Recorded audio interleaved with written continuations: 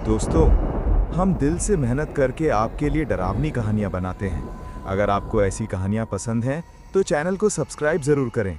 आपका एक सब्सक्राइब हमें नई डरावनी कहानियां लाने की हिम्मत देता है। धन्यवाद।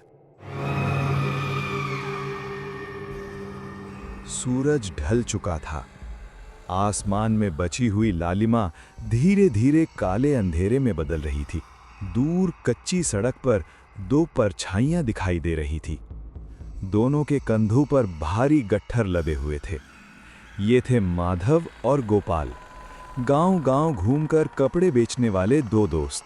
दोनों कुछ पल के लिए खुश होकर हंसे, लेकिन तभी हवा का एक ठंडा झोंका गुजरा।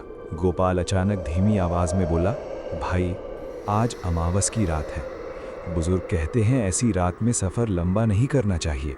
माधव ने मजाक उड़ाया, अरे तू भी ना भूत प्रेत में यकीन करता है। गोपाल ने जवाब नहीं दिया, बस आसमान की तरफ देखने लगा। अचानक दूर से ट्रेन की सीटी सुनाई दी।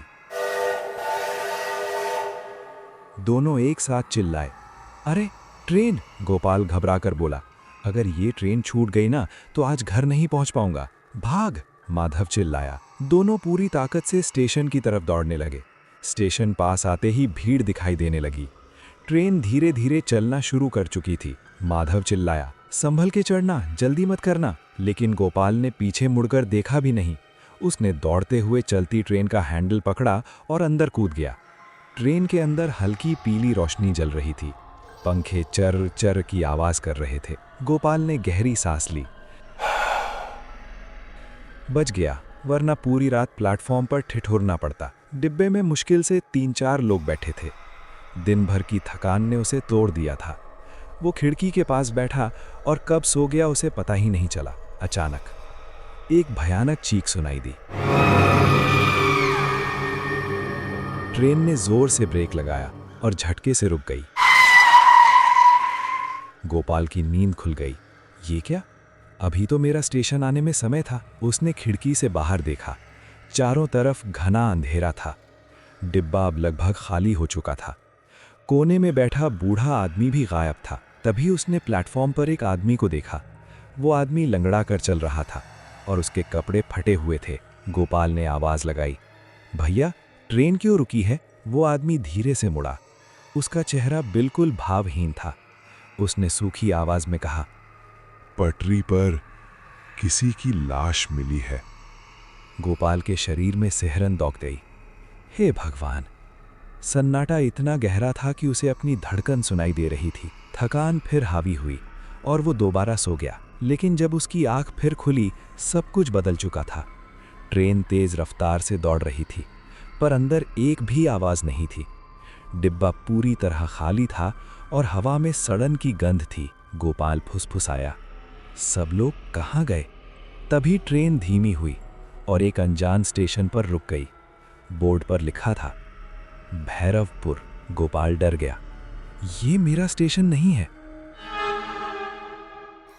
गोपाल धीरे धीरे ट्रेन से नीचे उतरा। जैसे ही उसके पैर प्लेटफॉर्म पर पड़े, उसे ऐसा लगा जैसे जमीन बर्फ की तरह ठंडी हो। उसने चारों नजर नजर दौड़ाई। पूरा स्टेशन सुनसान था। न कोई यात्री, न कोई आवाज, बस पीली टिमटिमाती लाइटें।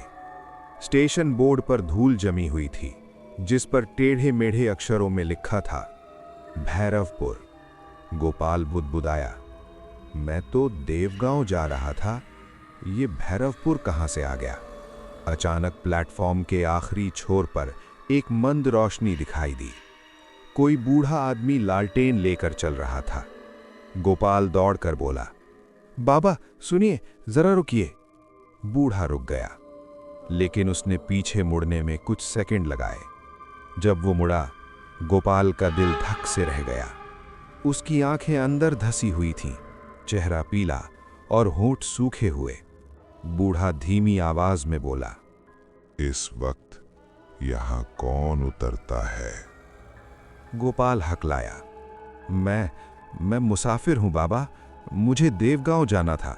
ये स्टेशन कौन सा है? बूढ़ा कुछ पल चुप रहा, फिर बोला, ये देवगांव की लाइन नहीं है बेटा, ये भैरवपुर है। गोपाल का गला सूख गया। यहां से देवगांव कैसे जाऊं? बूढ़ा धीरे धीरे मुस्कुराया, पर उसकी मुस्कान अजीब थी। सुबह की पहली ट्रेन से, अगर सुबह देख पाए तो। गोपाल घबरा गया। क्या मतलब? बूढ़ा फुसफुसाया। रात के बाद यहां कोई जीवित नहीं रहता। ठंडी हवा का तेज झोंका चला, लालटेन बुझ गई और अगले ही पल वो बूढ़ा आदमी गायब था, जैसे कभी था ही नहीं। गोपाल के रोंगटे खड़े हो गए। ये क्या था? चारों तरफ सिर्फ अंधेरा और जंगल। स्टेशन छोड़कर जाना नामुमकिन था। उसने खुद से कहा, बस सुबह होने तक रुकना है। उसे एक टूटी हुई लकड़ी की बेंच दिखी। वो वहीं बैठ गया। घड़ी ने रात के 10 बजे बजाए। उसी समय उल्लू की तेज आवाज गूंजी। गोपाल बुरी तरह चौंक गया। सन्नाटा इतना था कि उसकी सांसें हथौड़े जैसी सुनाई दे रही थीं। थकान ने फिर उसे घेर लिया और उसकी आंख लग गई। अचानक पुरानी स्टेशन घड़ी ने रात के 3 बजे बजाए।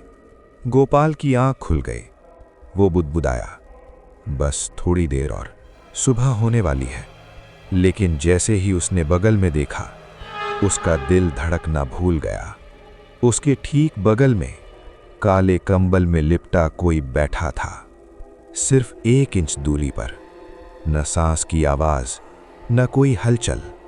गोपाल कांपती आवाज में बोला, भाई, आप कब आए? कोई जवाब नहीं। क्या आप भी सुबह की ट्रेन का इंतजार कर रहे हैं? फिर भी कोई जवाब नहीं। 1 सेकंड बाद ही वो आकृति धीरे धीरे उठी और उल्टी दिशा में चलने लगी। चलते चलते वो धुएं की तरह हवा में गायब हो गई। गोपाल पसीने से भीग गया। ये इंसान नहीं था। गोपाल का गला सूख चुका था। उसके हाथ कांप रहे थे। दिल इतनी तेज धड़क रहा था जैसे सीने से बाहर निकल जाएगा। वो खुद से बुदबुदाया, नहीं नहीं, ये सपना होगा। वो धीरे से दूसरी तरफ मुड़ा और उसी पल उसकी चीख गले में अटक गई। उसके बाईं तरफ ठीक वैसा ही एक और काले कंबल में लिपटा आदमी बैठा था। इस बार गोपाल के शरीर ने जवाब दे दिया, कौन हो तुम? कोई जवाब नहीं, बस सन्नाटा। गोपाल अचानक उठ खड़ा हुआ। उसका गट्ठर वहीं गिर गया। वो प्लेटफॉर्म के दूसरे छोर की तरफ दौड़ पड़ा, लेकिन कुछ कदम आगे बढ़ते ही वो रुक गया। उसकी आंखें फैल गईं। प्लेटफॉर्म की हर बेंच पर वैसे ही काले कंबल में लिपटी आकृतियां बैठी थीं। दर्जनों, शायद सैकड़ों। सबके चेहरे ढके हुए, सब चुप, सब स्थिर। गोपाल की टांगें कांपने लगीं। ये लोग कौन हैं? तभी उसने प्लेटफॉर्म के आखिर में एक आदमी को लेटा देखा। उसे उम्मीद जगी, शायद ये इंसान हो। वो दौड़कर उसके पास पहुंचा। साहब, उठिए, पानी है क्या? कोई जवाब नहीं। मेरी मदद कीजिए, यहाँ क्या हो रहा है? धीरे धीरे वो लेटा हुआ आदमी उठ बैठा और फुसफुसाया, यहाँ पानी नहीं मिलता, यहाँ सिर्फ मौत मिलती है। गोपाल पीछे हट गया। उस आदमी ने अपना चेहरा उठाया और उसके चेहरे की जगह एक काला गड्ढा था जिसके अंदर आग जल रही थी। बचाओ! गोपाल चीख पड़ा। वो पीछे मुड़ा और उसका खून जम गया। अब वो सारी कंबल वाली आकृतियां खड़ी हो चुकी थीं, धीरे धीरे उसकी तरफ बढ़ रही थीं। चारों तरफ से एक साथ सैकड़ों आवाजें गूंजी। ये जगह हमारी है, भैरवपुर के मरे हुए लोगों की। यहाँ कोई जीवित नहीं बचता। गोपाल रोते हुए बोला, मुझे छोड़ दो, मैं गलती से आ गया। मेरी छोटी बेटी मेरा इंतजार कर रही होगी। मुझे घर जाना है। एक परछाई उसके बिल्कुल पास आ गई। उसने फुसफुसाया, अब तू भी इंतजार करेगा अगली ट्रेन का। स्टेशन की सारी लाइटें एक साथ फट गईं। पूरा स्टेशन अंधेरे में डूब गया और अंधेरे में सिर्फ एक आखिरी चीख गूंजी।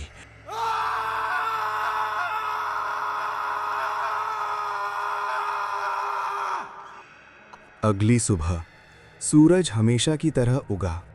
पक्षियों की आवाज़ें गूंज रही थीं, जैसे रात में कुछ हुआ ही ना हो। लेकिन देव गांव में आज माहौल अलग था। गांव के चौराहे पर भीड़ लगी हुई थी। माधव हांफते हुए लोगों से पूछ रहा था, किसकी लाश मिली है?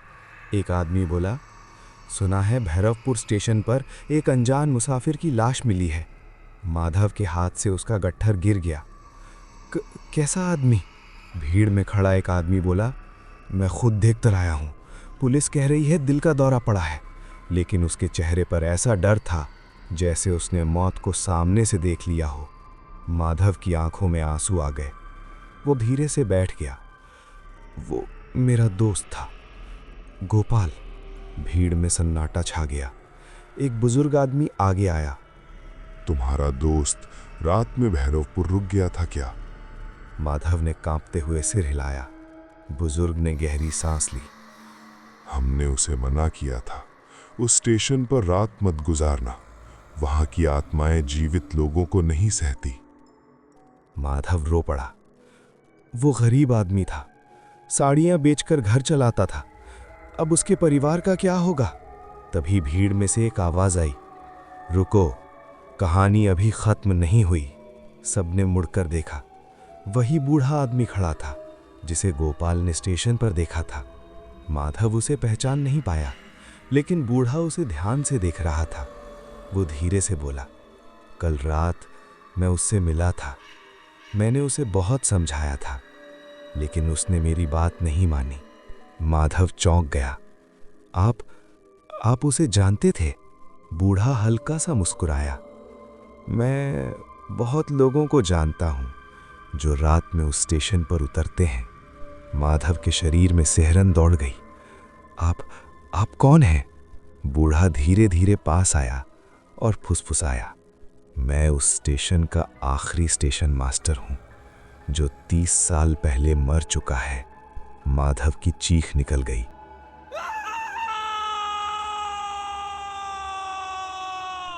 भीड़ ने पीछे मुड़कर देखा, लेकिन वहां कोई नहीं था। बूढ़ा गायब हो चुका था। माधव वहीं जमीन पर बैठ गया। उसका दिमाग काम करना बंद कर चुका था। ये कैसे हो सकता है? भीड़ में खड़े लोग भी सहमे हुए थे। गांव का सबसे बुजुर्ग आदमी आगे आया। उसकी आवाज कांप रही थी। आज समय आ गया है सच्चाई बताने का। सब लोग चुप हो गए। बुजुर्ग ने आसमान की तरफ देखा और कहानी शुरू की। आज से लगभग 30 साल पहले भैरवपुर स्टेशन बहुत व्यस्त हुआ करता था। दिन रात ट्रेनें आती जाती थीं और स्टेशन हमेशा यात्रियों से भरा रहता था। उस समय स्टेशन मास्टर था रघुनाथ बाबू।